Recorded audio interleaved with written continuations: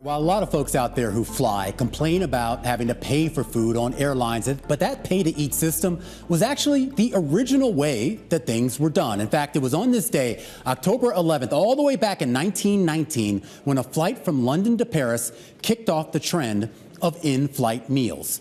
The airline, operated by a company called Handley Page Transport, had its so-called cabin boys hand out lunches to the passengers on board, the first time a scheduled meal had been served in transit. But it wasn't free, costing each passenger what would be the equivalent of about $10 today. And what exactly did that milestone meal consist of? Well, Scarlett, get this. It was nothing fancy. Essentially, it was a box lunch that contained a cold sandwich, fruit, and a piece of chocolate. Now, initially, airlines saw such meals as a way to distract flyers from what at the time were incredibly bumpy, noisy, and uncomfortable flights. But as those planes grew in size and comfort, food and beverage service evolved as well.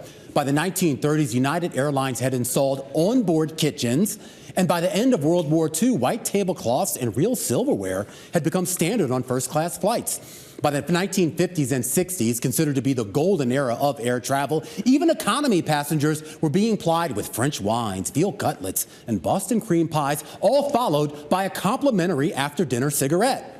Yeah, things were a little bit different back then. But those fancy-free offerings weren't done out of altruism.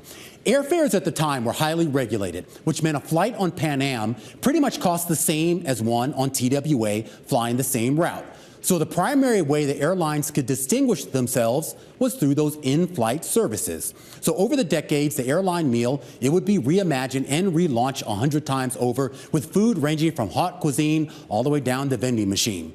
But the beginning of the end did come, and that began right around 1971, when a startup airline called Southwest found a way to get around airfare regulations and, well, chose to market its lower prices as, quote, peanut fares.